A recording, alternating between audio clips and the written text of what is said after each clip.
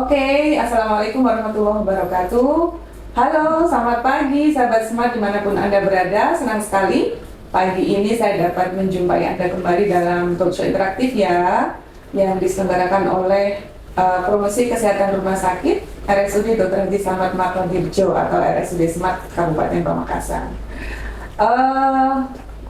Pagi ini luar biasa karena tepat di tanggal 26 Maret ya 2024 itu diperingati sebagai Hari Kesadaran Epilepsi Internasional ya. Dan seperti biasa kita akan memberikan informasi-informasi seputar permasalahan kesehatan yang khusus pada pagi hari ini kita akan berbicara tentang epilepsi ya. Pagi ini saya sudah kedatangan dua orang tamu yang luar biasa sekali ya. Ini wajahnya akan nggak akan asing lagi. Wanita cantik di depan saya ini ya, beliau luar biasa, ini semangatnya untuk mengedukasi masyarakat. Saya perkenalkan ada Dr. Fairuz. Selamat pagi dok. Selamat pagi Mbak Ramadan Nur. ini sehat ya dok? Alhamdulillah sehat lancar. Mudah-mudahan selalu sehat dok. Amin. Biar bisa memberikan pelayanan yang paripurna untuk pasien-pasiennya. Amin. Dan saya ucapkan selamat Hari Kesadaran Epilepsi dok. Terima kasih. Ini bidangnya Dr. Fairuz, beliau ini adalah spesialis neurologi Bapak Ibu.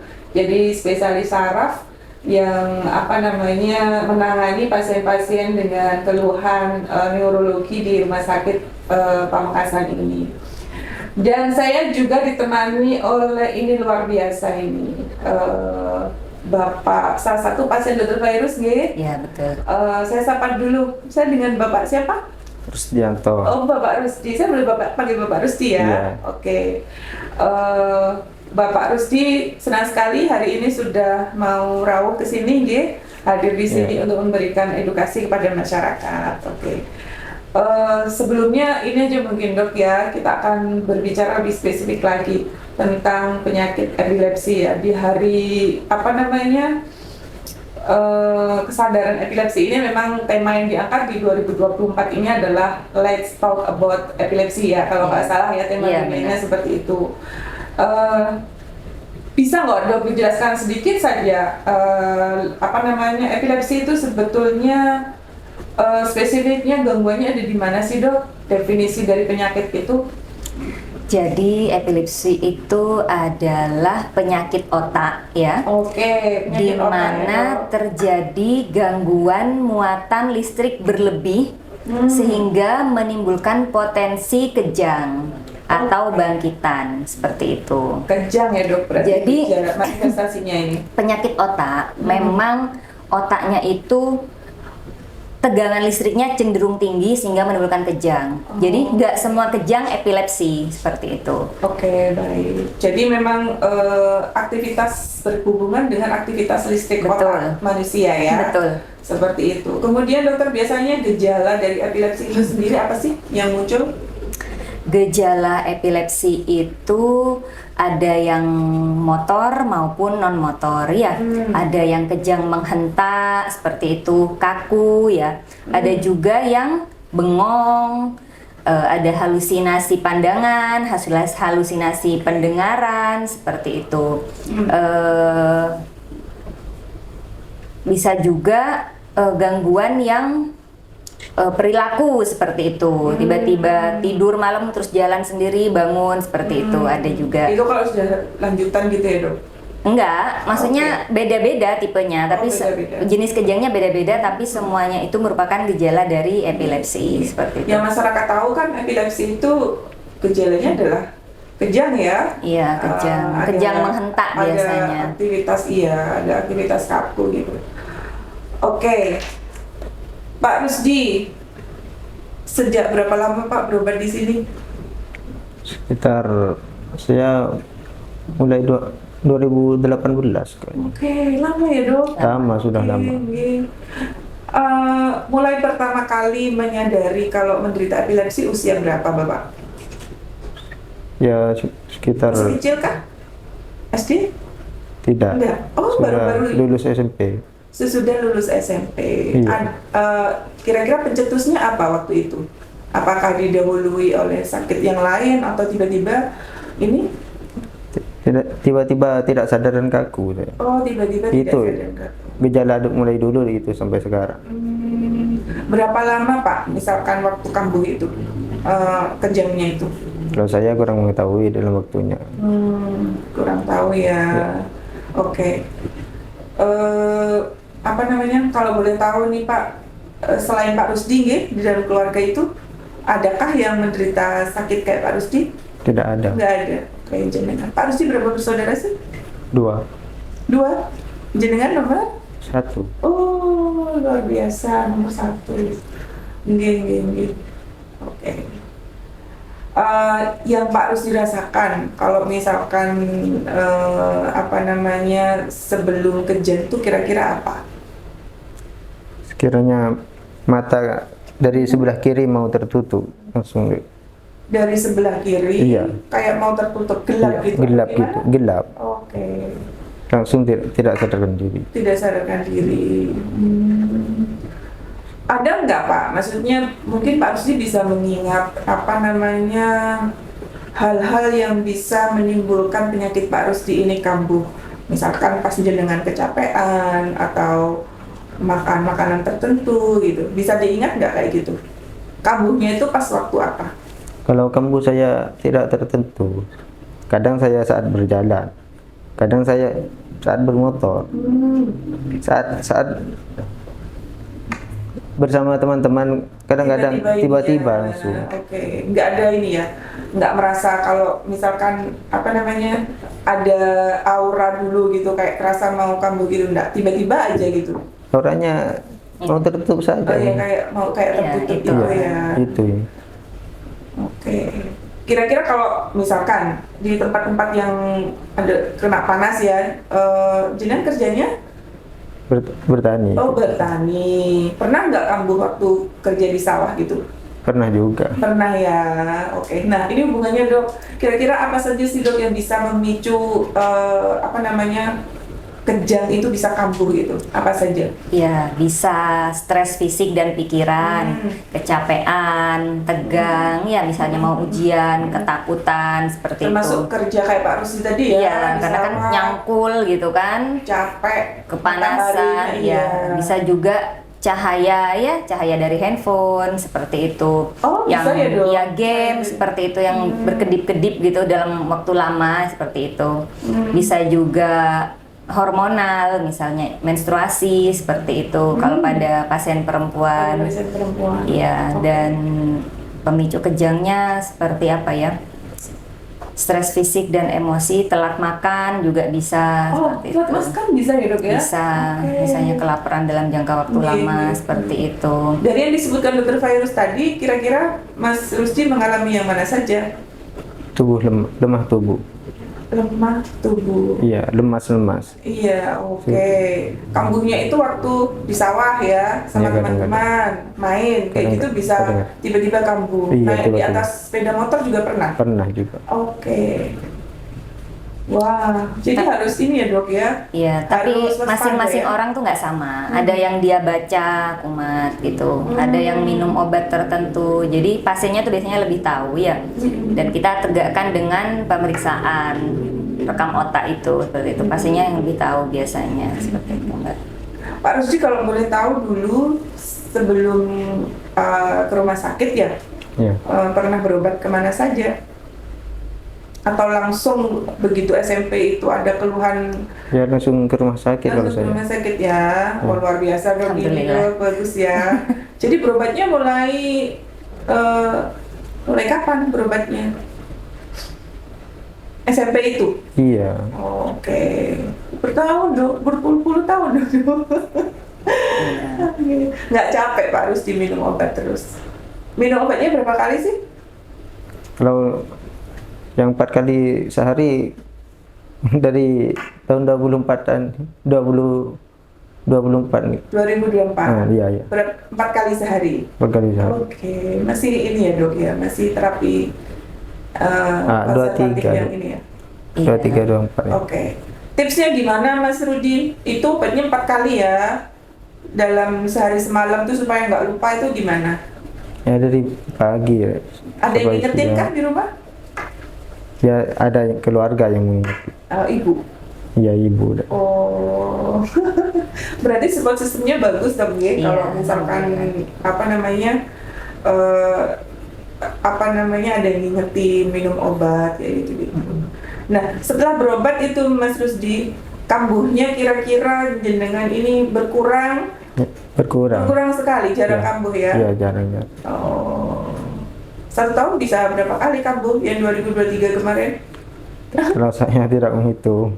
Kalau yang 2024 ini Belum, hanya 2 kali. Zat. hanya 2 kali. Tiga kali.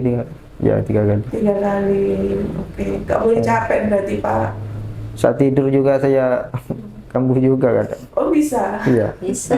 Banyak pikiran jenengan itu dijelaskan sama dokter. Kalau lagi banyak pikiran, stres, ada beban gitu. Kalau emang kalau di dalam pikiran saya terbawa suasana. Oh iya dok ya. Saat melihat orang sedih saja saya tidak tega. Saat melihat orang bahagia saya juga bahagia. Gitu. Oke, relate sekali sih apa namanya. Pak Rusdi kira-kira yang mau disampaikan nih ke masyarakat kita ya. Apa sih harapannya kalau misalkan ada orang lain yang menderita sakit seperti Pak Rusdi, sarannya apa aja? Seperti saya menjaga di dalam ketenangan hati dan pikiran. Oke, ketenangan hati dan pikiran. nomor Soalnya satu. di dalam emosi harus terjaga di dalam menahan emosi yang besar. Saat melihat sesuatu yang tidak enak bisa juga menutup mata kadang-kadang. Oh gitu. Ya. Oke. Membawa pikiran ke sesuatu yang bisa membuat Iya. Apa aja kegiatannya Mas Rusdi? Mengaji kah? Sholat? ya mengaji. Dibawa sholat. kayak gitu? Ya, kalau yang bisa membuat saya hanya di dalam mengingat Allah. Oh Masya Allah. Karena di dalam keyakinan sudah menyatakan. Oke. Jadi jangan merasa lebih tenang ya Mas Rusdi ya kalau misalkan mengingat Allah tadi dengan entah sholat atau berzikir Iya. atau baca Quran gitu ya. Iya, sesuatu yang nyata sudah diberitahu tentang manfaat. Saya sudah tenang. Sama ini lagi Mbak Nurul, yang paling penting minum obat rutin. Oke, Ya, yang perlu iya. diketahui. Dan epilepsi ini banyak muncul pada usia anak, remaja dan sebagainya ya. Sebagian nggak tahu itu penyakit ya, kadang dianggap kesurupan gitu, dianggap kesetanan, dibawa ke dukun gitu. Jadi masyarakat itu harus tahu ini loh ada penyakit yang namanya epilepsi, dulunya disebut ayan ya. Misalnya anaknya sering bengong ya, sering teriak-teriak, kejang, apa, sakit kepala nggak sembuh-sembuh, misalnya bengong terus-terusan gitu. Itu bisa saja merupakan gejala epilepsi. Dan itu bisa diobati. Oke. Dan ditanggung BPJS Wow. secara gratis ya. Oke. Obatnya lengkap, jadi nggak ada alasan untuk tidak mengunjungi dokter atau rumah sakit. Begitu ada gejala segera ke rumah sakit ya. Iya. Jangan. Harus ini sudah pas ya dok ya. Iya, Sudah berobat ya. alhamdulillah. Memang kebetulan yang Pak Rusdi ini agak sulit dikontrol kejangnya ya, seperti itu. Tapi kita bisa mengkombinasikan dosis obatnya maupun jenis obatnya seperti itu. Insya Allah Proses ya, dokter. selalu datang, meskipun minum obat masih kejang, datang bilang ke dokternya. Jadi kita yang ngatur obatnya, ditambahkah dosisnya kah, jenisnya, pokoknya ngeluhnya ke dokter. Solusinya dokternya yang memecahkan gitu. Oke, seperti cerita itu. Pak Rusdi. Iya. Iya, Disampaikan selalu. itu ke dokter. Selalu. Kalau- Kejangnya berapa kali gitu. Selalu kok. cerita. Pada saat apa selalu ditanya pada saat kontrol. Iya. Rutin kan minum obat Pak Nggih? Iya. Rutin ya. Itu tadi diingetin sama ibunya. Iya. Oke, bagus sekali. Ya kita berharap Pak Rusdi ya dari perbincangan kita pagi hari ini tuh bisa memberikan informasi yang positif untuk masyarakat. Orang-orang yang seperti Pak Rusdi yang belum berobat itu kan masih banyak. Iya.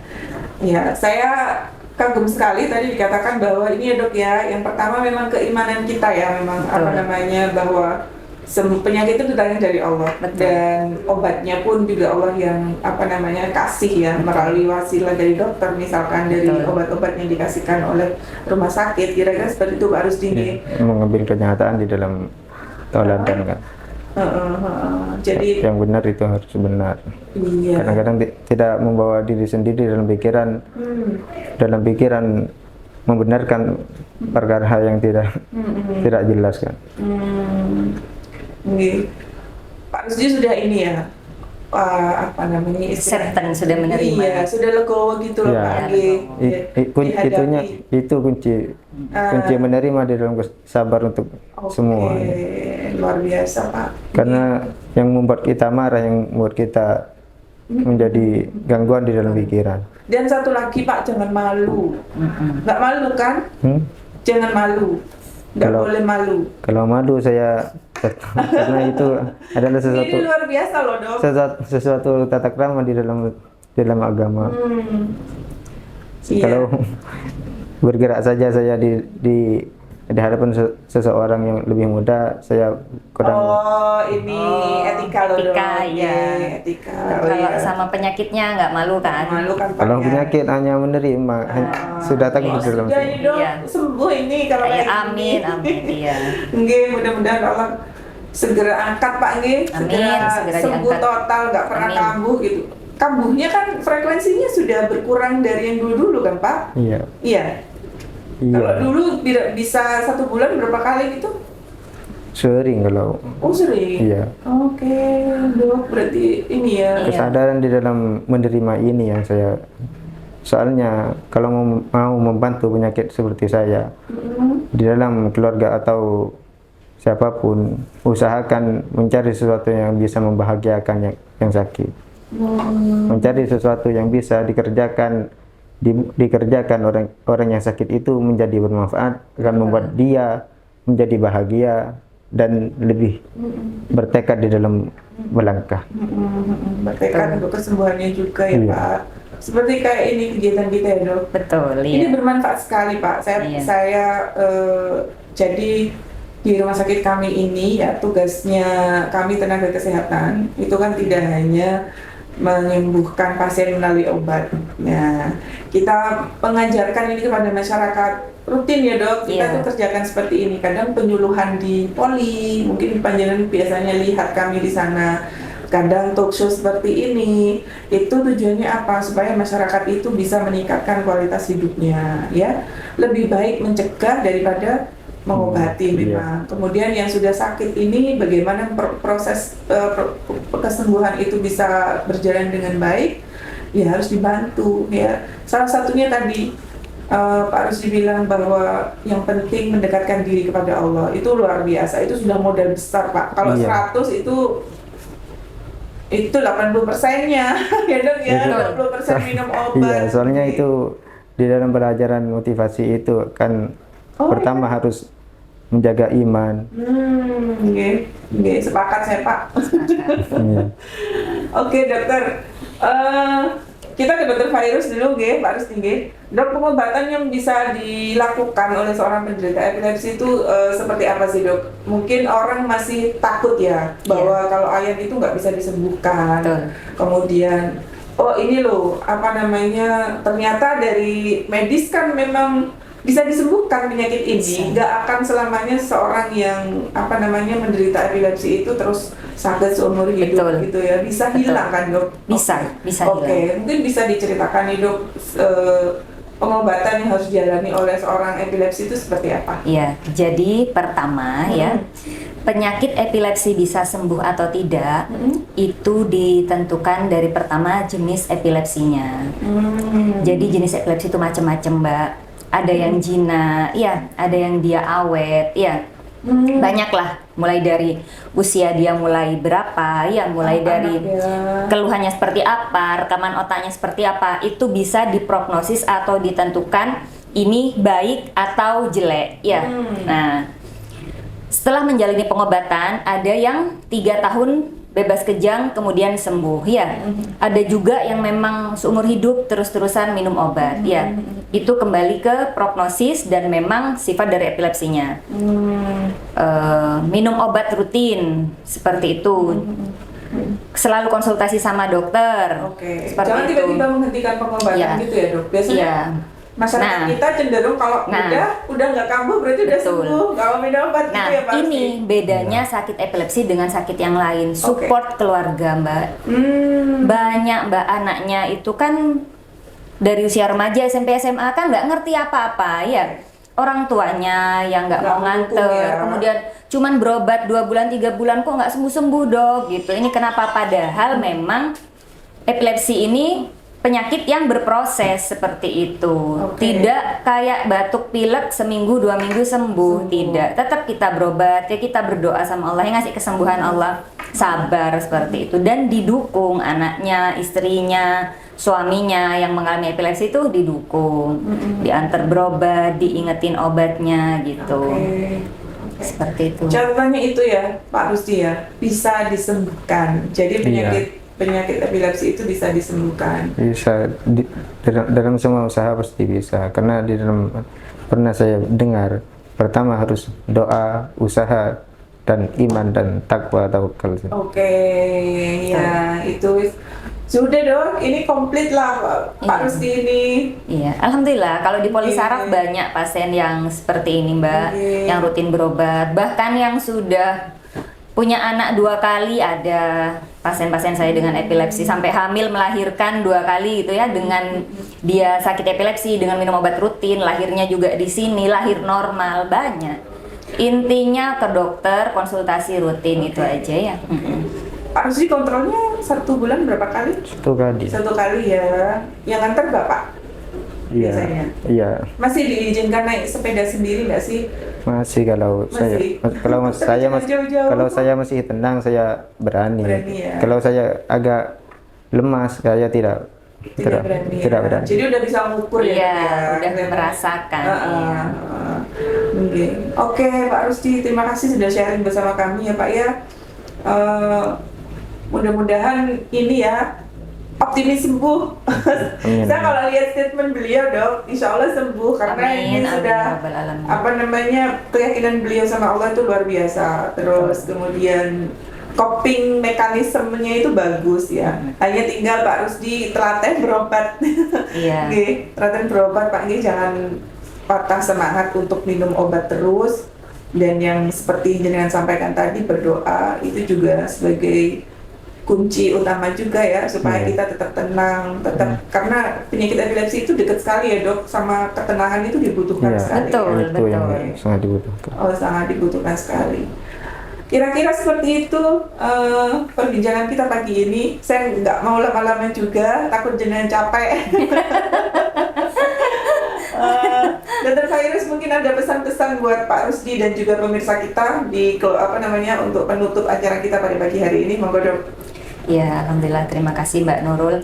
Pesan-pesan saya kenali penyakit epilepsi itu ya, kita harus tahu, kita harus waspada jika menemui misalnya murid kita, tetangga kita, saudara kita yang dengan keluhan kejang, baik itu menghentak ataupun kaku gitu ya, sampai ngompol, ileran, sering pingsan ataupun apapun yang menunjukkan keanehan gejala saraf ya, segera diperiksakan ke dokter, ke polisaraf, ke rumah sakit seperti itu.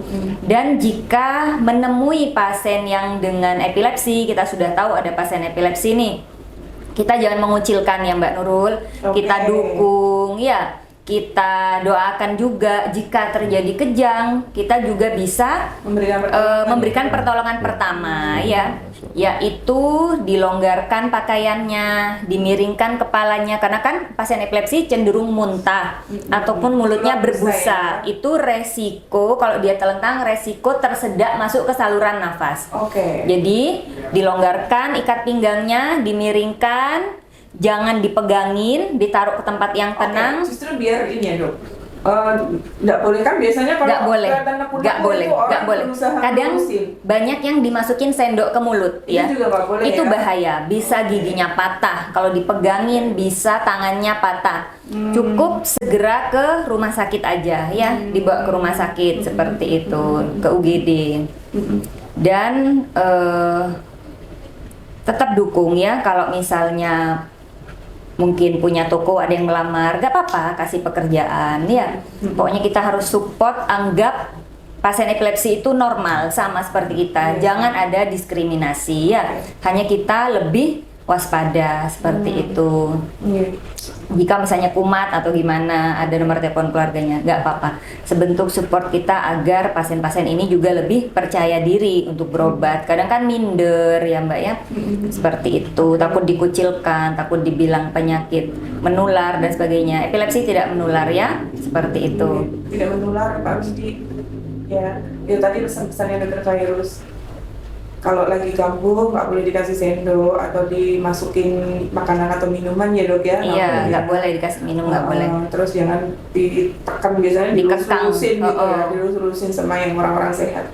Saya kira sudah tahu ya keluarganya Pak Rusdi itu sudah hafal ya kayak gitu-gitu ya, treatment kayak gitu. Iya. Ya, oke Pak Rusdi, mungkin Dokter Virus sudah. Silakan jenengan ada yang mau disampaikan ke pemirsa kita, pesan-pesannya apa kira-kira yang mau disampaikan?